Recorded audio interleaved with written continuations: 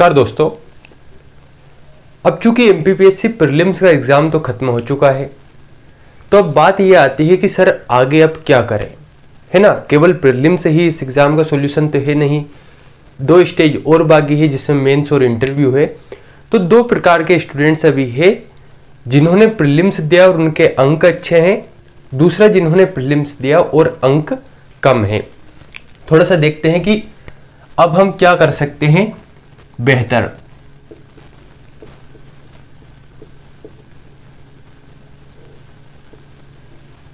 देखिए, पहले स्टूडेंट तो वो जो कि प्रीलिम्स क्वालिफाइंग के समीप है, यानी जिन्हें लगता है कि हमारा प्रीलिम्स से निकल जाएगा, हम मेंस दे सकते हैं।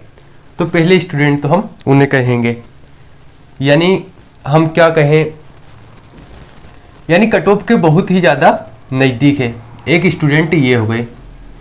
दूसरे स्टूडेंट वे जिन्हें लग रहा है कि शायद हमारा प्रीलिम्स नहीं निकल पाएगा। तो दोनों में क्या यहाँ पर दुविधाएं हैं और क्या क्या इसका समाधान हो सकता है।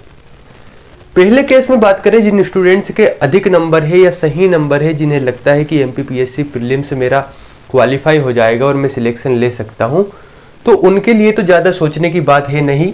उन्हें तो निश्चिंत होकर मेंस की तैयारी में लग जाना चाहिए, है ना। देखिए, सबसे पहले अगर हम प्रीलिम्स की बात करें, 19 जून की बात करें, 19 जून का जो एग्जाम हुआ, तो पेपर ना तो ज्यादा कठिन था ना ज्यादा सरल था। किसकी तुलना में? पिछले पेपर की तुलना में। यानी जो पेपर था वह पेपर एवरेज कह सकते हैं। इसका मतलब इसका कट ऑफ भी अगर हम सामान्य रूप से बात करें तो 70 के आसपास, 70 से 72 के आसपास आपको कट ऑफ देखने को मिलेगा। जनरल, ईडब्ल्यूएस, एससी, एसटी थोड़ा थोड़ा ऊपर नीचे देखने को मिलेगा। और अगर आपको डाउट है तो कट ऑफ से संबंधित मैं वीडियो बना चुका हूं, उसे आप देख सकते हैं। तो ये जो एग्जाम था, इस एग्जाम में कुछ चीजें समझाई। पहला,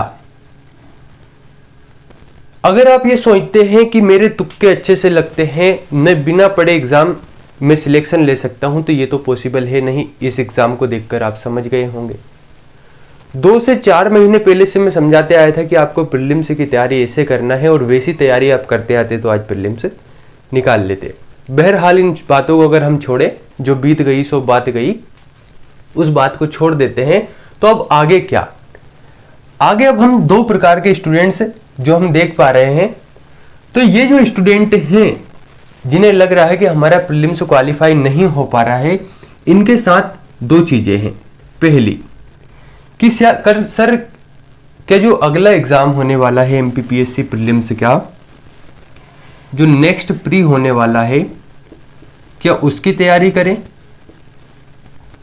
या किसी अन्य एग्जाम की बात करें, अदर कॉम्पिटिटिव एग्जाम की तैयारी करें, है ना। दोनों चीजें आपके सामने हैं।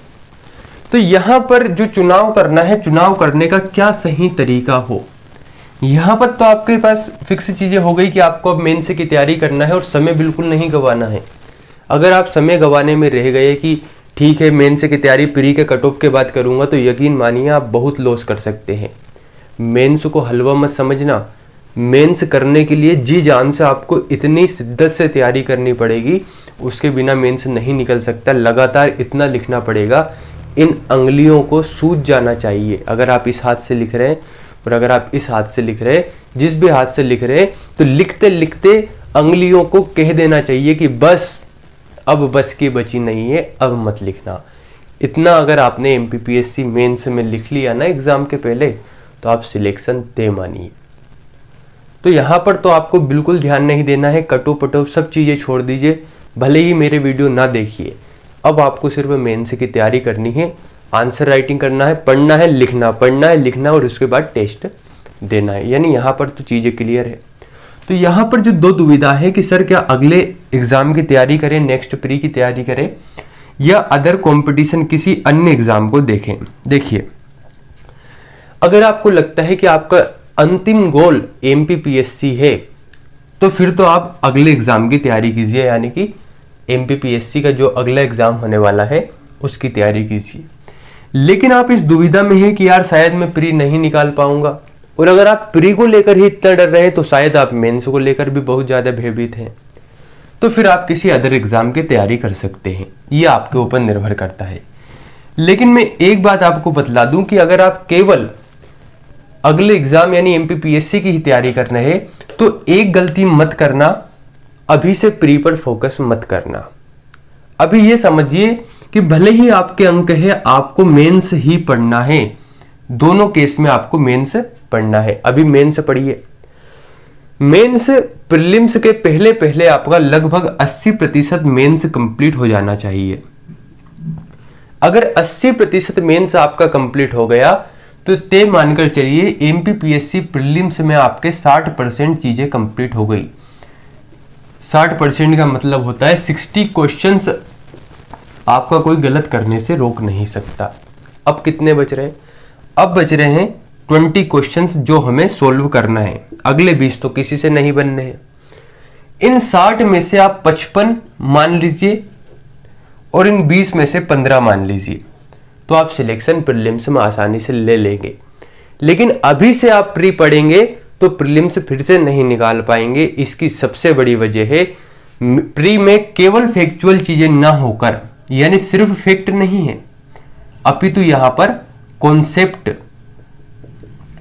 जो चीजें हैं ना कंसेप्चुअल, वह भी है, और उन क्वेश्चंस में आप गलत कर कर ही आएंगे। तो मैं सीधी सी बात कहता हूं कि आपको लगता है कि आपका प्रीलिम्स निकलने वाला है तो आप मेंस की तैयारी कीजिए। बिल्कुल फालतू बातों में समय ना गवाए और अपना एक सेकंड भी व्यर्थ नहीं जाने देना है। जी जान से जुट जाइए, पर्याप्त समय मेंस निकल सकता है। आंसर राइटिंग पर फोकस कीजिए, अच्छे से पढ़िए, ज़्यादा से ज़्यादा लिखिए। अभी हो सकता है कि आपके आंसर राइटिंग आपको ऐसा लगे कि यार ये चीज़ें मैं क्या लिख रहा हूँ, मेंस नहीं निकाल पाऊंगा। 15-20 दिन लिखते जाएंगे लगातार तो आसानी से कर लेंगे। इस केस में क्या करना है, इसमें अगर आपको लगता है कि आप प्री निकाल सकते हैं, मेंस निकाल सकते हैं, आप लगातार पढ़ सकते हैं, तो एमपीपीएससी की तैयारी कीजिए। बस आपको अभी मेंस पढ़ना है, और नहीं निकाल सकते तो किसी दूसरे एग्जाम की भी तैयारी कर सकते हैं। धन्यवाद।